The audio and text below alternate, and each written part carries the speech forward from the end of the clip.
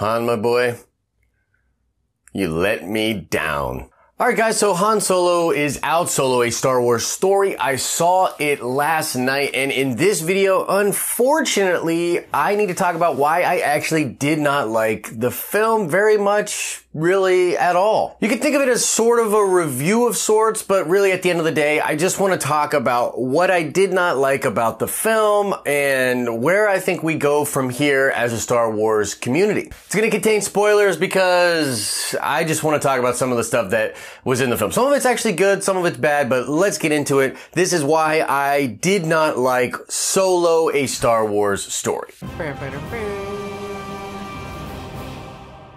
What is up, YouTube? It's Josh. This is the Den of Nerds. If you like Star Wars, subscribe to this channel. We do all sorts of coverage of Star Wars. By the way, I still totally love Star Wars. I didn't think that not liking Solo destroyed my childhood or anything ridiculous like that. And maybe that's a good place to start because this is obviously a different kind of video. I don't do face cam a lot, although I'm working on getting set up better to do face cam, and we're bringing back the show and different things like that. But I thought a lot about doing this video here. And at first, I really didn't even want to do it. I was thinking, okay, well, I'll just wait until Sunday. I'll do on Star Wars Sunday, like, why I didn't really like the movie that much. I want to sit down with James Razile from the Rebel Scum podcast. He really liked the movie, so it's going to be interesting for us to sort of bounce ideas and points off of each other, which I think will be really cool. And at the end of the day, I think one of the problems here, and if you've been watching the channel for a while, if you know about the videos I've been doing, the fan divide and the vitriol on both sides of the fan divide is really frustrating for me personally. I almost feel like I'm caught in the crosshairs, and I can't really talk about like my opinions about things without it sort of being hijacked and held up as like fuel or ammunition for one side of an argument or another. And so like I said, I thought a lot about this. I decided this is going to be a good opportunity for me to be able to criticize a Star Wars movie by, you know, just showing class, not like pooping all over it, not being ridiculous, not talking about made up agendas or different things like that, but just quite literally trying to, in an unbiased way, talk about my opinion of the film, why it fell short for me, and why some other Star Wars fans probably love it a lot, but I personally did not. So that's what we're gonna do in this one, and I don't even have a script. This is completely off the cuff because that's what felt right to me, okay? So let's just get into this. So first of all, I think the biggest problem for me in the movie is not Alden's performance. That was a worry for me going in. I was like, well, they're really kind of hiding him in the trailers. They're really, you know, not showing us a lot of his dialogue, and I'm concerned about that because this is something we heard from behind the scenes, that maybe he was having a lot of trouble portraying the character of Han Solo. His performance was actually really good. I could really feel in certain parts of the film that just pure Han Solo coming through, and I think that he worked very hard to nail mannerisms, to nail different things that you would expect from Han Solo, and it really comes across well. So that really wasn't a problem for me. But what is a problem for me is it doesn't feel like Star Wars. The whole movie does not have that Star Wars feeling associated with it. And so let's sort of start at the beginning and sort of go through a few of the things that irritated me, and in general why the film really just lost me over time. And about halfway through, I was like, I really do not like this film. So you start out on Corellia, and you're getting sort of this like Oliver Twist backstory for Han Solo, him and Kira, who right away is shown to be a love interest, which also kind of felt weird. I don't know how to explain this exactly, but it was almost like, okay, here we go. Holy crap. Yeah, that's the love interest, right? Why couldn't they have just shown that a little bit more in the trailer? But regardless. So we jump into that. I think that the reason I sort of had a problem with the opening sequence is you get this sort of info drop in a crawl that's not really a crawl, and then you come in on Han and you're sort of just really moving at a quick clip, and there's no substance to it. It's like little things are happening to push the plot forward and to get in a situation where basically you are explained, or it is explained to you, that Han Solo really desperately wants to get off of Corellia, and him and his love interest Kira are actively trying to get off of Corellia. You have like an inciting incident. There's this I think it's called calagrium. I don't remember, but it's essentially something that's used in the film quite often, a fuel device, something for ships and things like that. And they have a small bit of that, which Han steals, kind of double crossing the character that is in charge of him and his life at that point, right? And so then you have him and Kira running away from people. The Imperials are alerted to this, and at the checkpoint for basically what I believe to be like a station, a ship station to get off world, you have Han and Kira bribe someone to get past and get onto a ship so that they can leave Corellia. That's the whole idea, right? They're trying to leave Corellia. And Kira is, of course, caught and brought, she's literally stuck there, right? And he has to go. And so then you have the first moment, because I'm kind of like teetering here. I'm like, man, this pacing is really odd. The palette is really odd. It's just so dark. Corellia looks like a terrible place. And despite that, like, Han has all this charm and stuff like that. And you're like, okay, like, I get it. And then we come to the first moment where I like really checked out. And this would be where Han Solo gets his name. Now, Bob Iger had talked about this last year, and he was like, look, you're going to see how Han Solo gets the name Han Solo. And I and a lot of other people in the community thought, okay, that's like hyperbole, right? Like it's probably not like a strict thing like that, but no, it's quite literally how he gets the name Han Solo, and it makes just zero sense to me. I really, really disliked that, because there's this weird thing going on where almost everything needs an explanation. You're filling out all of these little breadcrumbs along a crazy story, but I think there was stuff that just didn't need explained. Like, you don't need to explain why Han Solo is named Solo.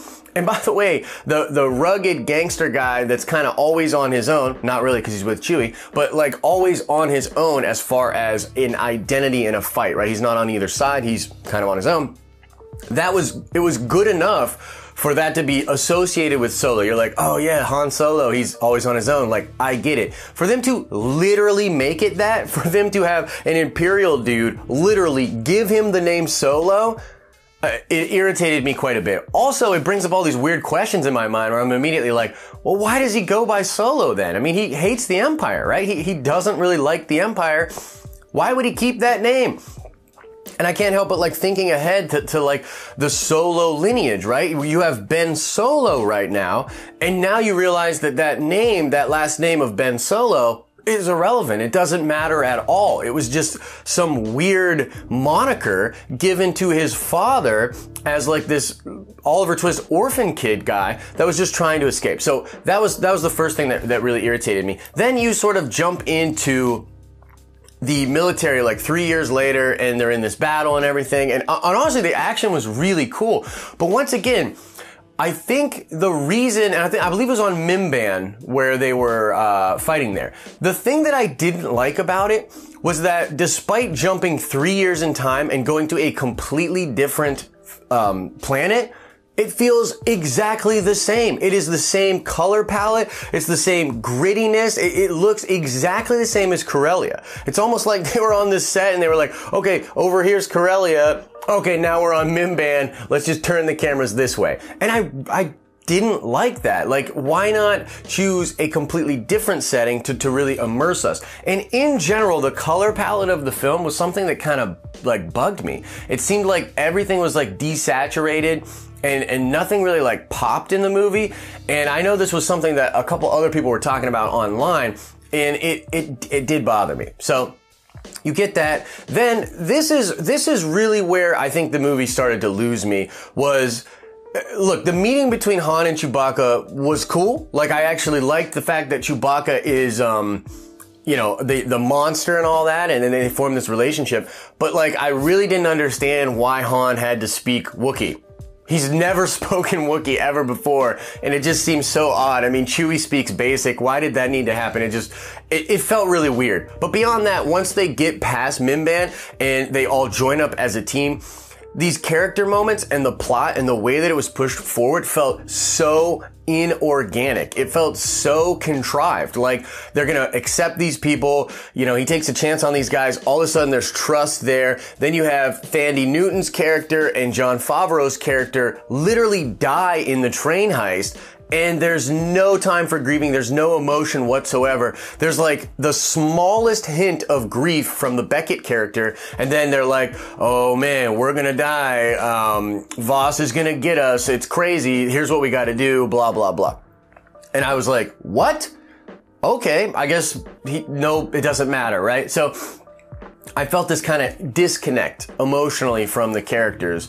And also the Swoop Bike Gang and Memphis Nest, all of that seemed really, really cool. And I'll come back to this later, but it seems so whack and contrived that at the end of the movie, she would reveal herself and be like, hey, we're friends. Even though at the beginning of that film, like the Swoop Bike Gang is literally the cause of death for characters that mattered to the Beckett character. So it seems really odd that she would take off her mask and do all that, but we'll get to that in a second. So then, once again, you move at just such a weird, quick pace into the scene where Kira and Han are reunited. And the problem I have with this scene is that it's A, it's spoiled in the trailers, and B, like it has no emotional oomph.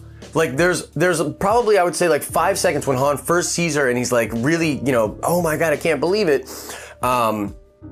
That was cool, but I do not understand at that point why Han didn't just immediately shift and be like, no, let's get out of here and forget this whole plan, forget this, that, and the other. Let's go. And his entire focus should have shifted into getting Kira and leaving. And so I really did not. It didn't feel organic. And then you get to the scene with Dryden Voss himself, which was amazingly acted by Paul Bettany. But once again, it just felt so contrived. And at this point in the film, I'm sitting there thinking like, there's just something off about all of this. It just doesn't feel organic. It's little things. It's almost like the film was a half second or a second too fast on everything. It didn't give you enough time to like really emotionally feel the weight of the things that were happening or feel the connections between the characters. It's like, oh, these characters are in love. She's dead. It doesn't matter. Let's move on.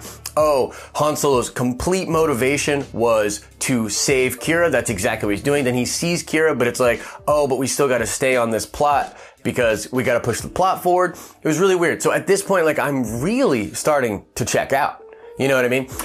Then we get to the Lando scene. And look, I liked Donald Glover as Lando, but I didn't love Donald Glover as Lando. Overall, I just really felt like it was a bunch of member berries, and it was a bunch of like, it almost felt like a parody. It felt like a parody of the Star Wars characters, and you were not getting a lot of depth. Like, you know, Han wants to do this, that, and he's driven this way, but you never like get quiet moments with him. You never really fully understand his motivation.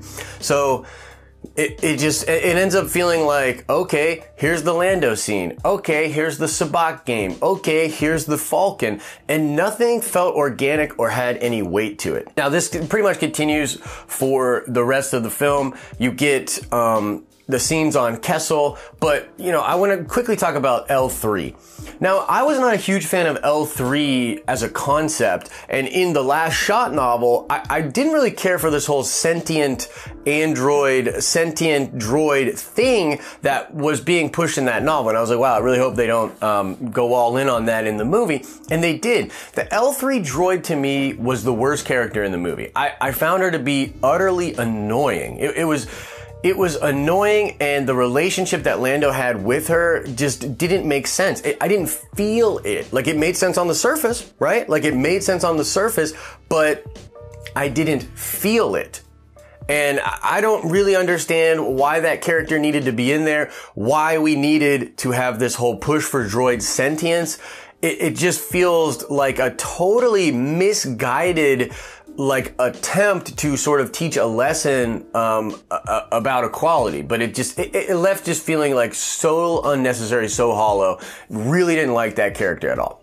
So then we get to basically the end of the film, and it's like this weird double cross thing, which just was like, okay, yeah, no, I get it. Like, you're all double crossing each other. This is amazing. And then of course you have the Darth Maul connection. Now, the Darth Maul connection is really interesting, and I like the fact that Lucasfilm was like, hey, we're going to tie into Clone Wars and Rebels. We're going to tie into our expanded canon and our ancillary materials. But once again, it just feels like it's just there. Like it doesn't, there's nothing there that really, like, I don't know, like gave any weight to it, right? Like I needed to, I don't know, it would be better for me if like Red Sun or whatever they were called, if they tended to have this crazy, what's the word I'm looking for? Reputation. Or if they were out there and there were people that were like, whoa, we're not messing with them. You know what I mean? We're definitely not messing with them. And maybe some straight up fear from different factions, the Empire and whatnot. So at the end of the day, the movie just felt like, to me, like, okay, well, I guess I have all of the information that I never wanted to know about Han Solo now in my brain. So, but I think, to me, the thing that really holds the movie back, and this is where I think that the production is a big deal here, is that at the end of the day, it's not a deep movie. It's surface level, and it gives you little pieces of canon, little like, oh, here's some member berries, here's the Falcon, here's how Chewbacca and him met, here's all of this stuff, the DL-44 and all this stuff. And you're just like, okay, I get it. Nothing was A, surprising, B, like impactful on how I'm going to go ahead and view the character in the future. Also, in general, one of the things was that the stakes are weird because you know Chewbacca and Han are going to be fine. So the stakes, they're like non-existent. And so overall, like I was just left with this feeling that on the production side of things, you had this movie which was going a certain way. You obviously, you know, you have the firing of Lord and Miller, and then you have Ron Howard come in and try to right the ship. And I think at the end of the day, Lucasfilm was like, well, we know kind of exactly what we've got with this thing. We just need it to structurally make sense. And it just felt like a repair job, like a real mess of a film. It moves way too fast. There's no quiet moments. There's no mythology at all. And to me, like, you need that mythology. You need the depth. You need the force in these movies. Even Rogue One, arguably a really secular film, you know, you have Jeddah, you have the Kyber crystals, you have this belief in the Force, hope, belief. I think these are really what are important messages within Star Wars. What's the message in Han Solo? I don't know. And like I said, there's really no villain. There's really no villain in the movie, I guess, other than Darth Maul, which, you know, whatever. And I guess we assume that we're going to get another Han Solo movie in which we will get more of this Darth Maul Kira stuff on Dathomir, and I'm excited for it. So I want to leave it there, and I want to finish off by saying, like, look, I've tried to just be objective and tell you guys my feelings about it. I don't hate Lucasfilm. I don't like hate Star Wars. I don't think it's ruining my childhood or anything crazy like that. I just happen to not like this movie, but I almost understand it. It's almost like one of those things where I'm like, okay, yep, that's pretty much what I thought was going to happen. It's a really middle ground thing, but it teetered towards disliking it for me personally. And that's totally fine. There's still plenty of cool stuff in there. Blaster fights, ships, all kinds of cool stuff. Darth Maul, that was so hype. Like, that was really cool. And it was a Ray Park combo with Sam Witwer, and it just felt exactly like he is in the Clone Wars and Rebels. So that was really cool. But look, I just wanted to make this video, talk about it, and just give an example of like, hey, look, it is okay for people that love Star Wars to not like a new Star Wars movie. And there's a way to go about talking about your feelings about it without being like, yo, Kathleen Kennedy and Lucasfilm is ruining everything. Because I don't think that's the case. I do think there's a lot to learn from this. And I mean, just in general, look at the Rotten Tomatoes score for Solo. Look at what some other predominant Star Wars fans are saying about the movie. And it's just really clear that it doesn't hold up to the standard that is established by this brand. So, you know, we got the news yesterday that the James Mangold Boba Fett film is going to move forward. And the reason I like that, and it looks like a shift in the psyche of Lucasfilm, is this is not some young director. This is not some like hotshot up and coming personality that has never really handled film. No, James Mangold is an absolute vet and has done a ton of really good stuff. He's a visionary as well. So when you give a guy like this a movie, he's gonna have a vision, and then that vision will come across in the final film. This movie's kind of like a hatchet job that just doesn't work for me personally. But having said all that, I do want to know what you guys think about Solo. I'm sorry if I kind of disappoint you with my opinion, but like I said, I thought a lot about doing this, and I just have to be real with you guys. It's okay to have different opinions about things. Film is a subjective thing. I still absolutely love Star Wars. I'm so excited about the future of what Star Wars is doing.